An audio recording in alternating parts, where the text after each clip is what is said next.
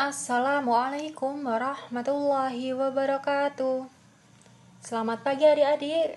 Berjumpa lagi dengan pembelajaran Bahasa Indonesia untuk kelas 9B. Materi untuk kali ini adalah teks cerita inspiratif. Apa yang akan kita pelajari di teks cerita inspiratif ini? Di sini kita akan mempelajari pengertian, ciri-ciri, struktur, dan unsur kebahasaan. Keempat materi ini akan Ustazah bahaskan di satu video ini. Silakan disimak dengan baik, semoga apa yang Ustazah sampaikan dapat kalian pahami. Mari kita masuk ke materi yang pertama dulu, yaitu tentang pengertian teks cerita inspiratif. Teks cerita inspiratif adalah teks yang berisi suatu kisah yang mampu menginspirasi orang lain. Menginspirasi itu artinya memberikan semangat atau memberikan motivasi. Jadi setelah kita membaca teks tersebut, kita akan merasa disemangati atau diberi motivasi untuk berbuat yang lebih baik. 2. Ciri-ciri teks cerita inspiratif. Ciri-ciri teks cerita inspiratif di sini ada 5. Yang pertama, berdasarkan kisah nyata. Yang kedua, memiliki tema tertentu. Yang ketiga, memiliki judul, alur, tokoh, amanat, dan sudut pandang. Keempat, bersifat naratif. Kelima, mampu menginspirasi.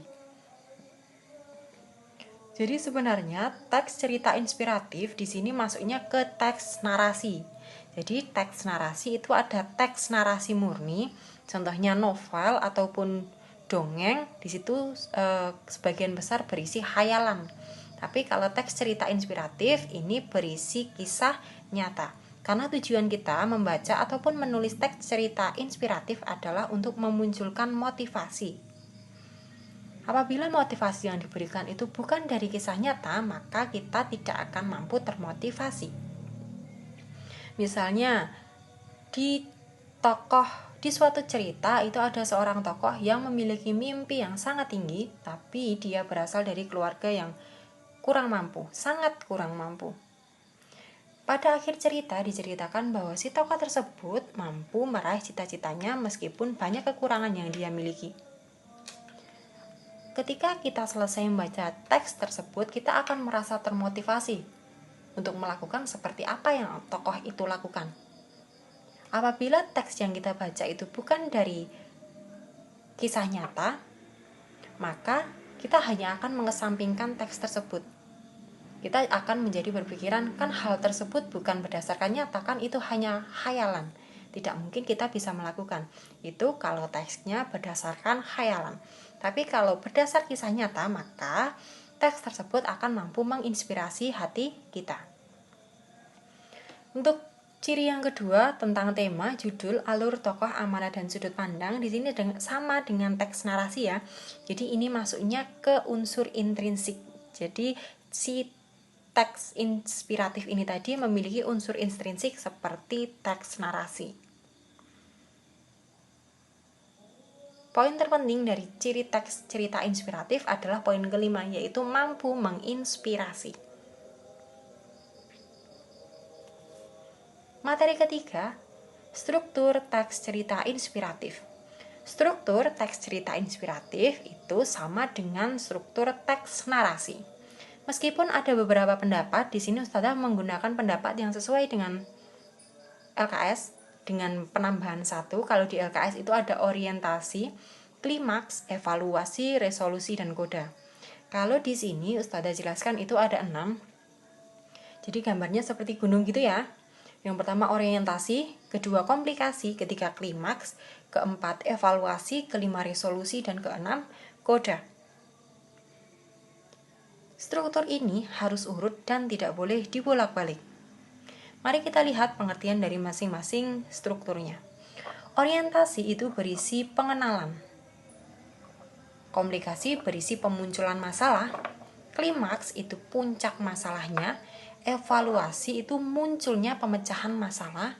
Resolusi itu pemecahan masalahnya.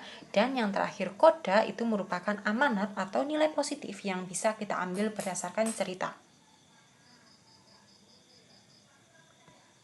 Yang keempat, unsur kebahasaan teks cerita inspiratif.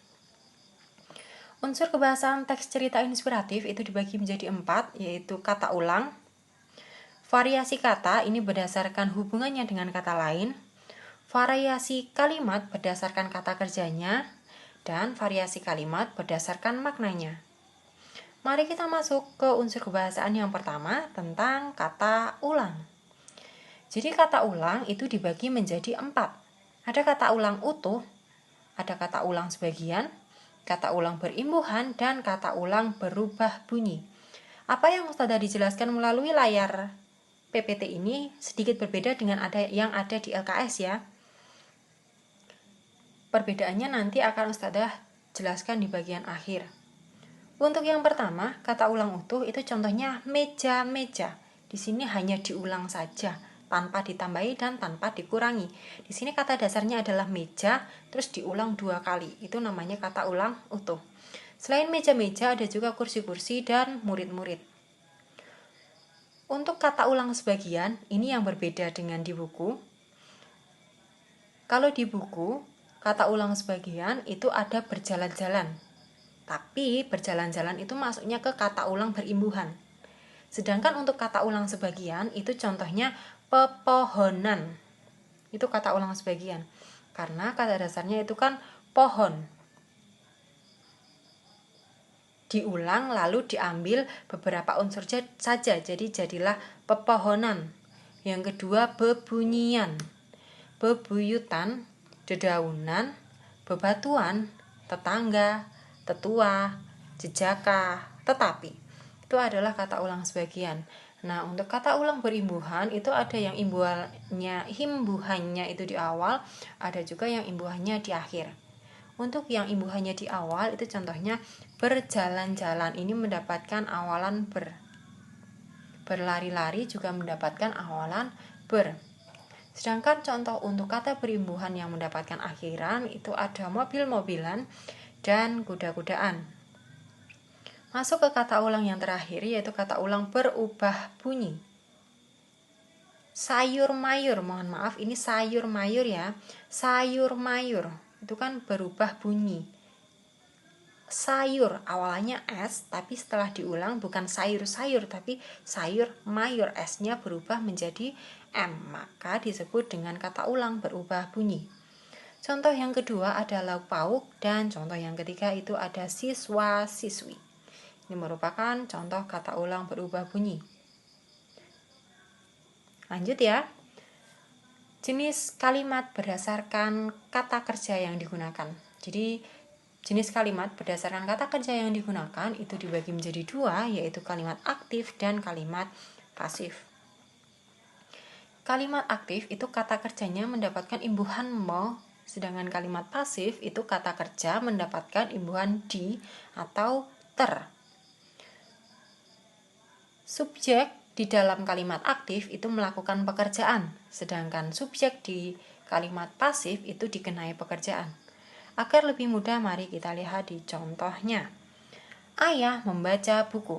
Di sini ayah melakukan sebuah pekerjaan membaca. Jadi ayah itu kan subjek melakukan pekerjaan. Pekerjaannya apa? Membaca. Kita bandingkan dengan contoh kalimat yang pasif. Buku itu dibaca ayah. Di sini subjeknya buku itu ya.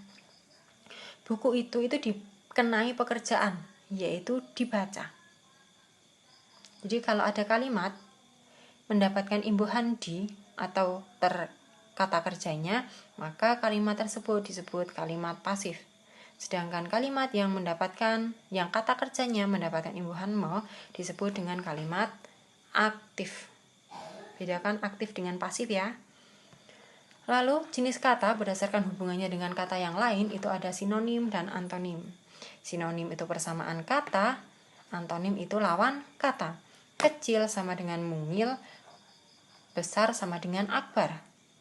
Contoh antonim itu besar, lawannya kecil, mahal, lawannya murah. Terakhir, jenis kalimat berdasarkan maknanya. Berdasarkan maknanya, kalimat itu ada 2, yaitu kalimat konotasi dan kalimat denotasi. Kalimat konotasi itu maknanya konotasi itu memiliki makna yang tidak sebenarnya, sedangkan denotasi itu memiliki makna yang sebenarnya. Untuk mempermudah, mari kita lihat contohnya. Di bagian tengah ini ada contoh ayah bekerja membanting tulang. Perhatikan yang Ustazah garis bawahi ya, membanting tulang. Ini kalau makna konotasinya itu kan bekerja keras. Nah, kalau untuk makna denotasi atau makna sebenarnya itu tulang yang dibanting. Jadi makna denotasi itu sesuai dengan apa yang tertulis. Kalau konotasi, makna yang tersirat dari kata yang tersedia. Baik, cukup sekian video Ustazah untuk kali ini. Terima kasih sudah menyimak video Ustazah hingga akhir. Selamat belajar. Assalamualaikum warahmatullahi wabarakatuh.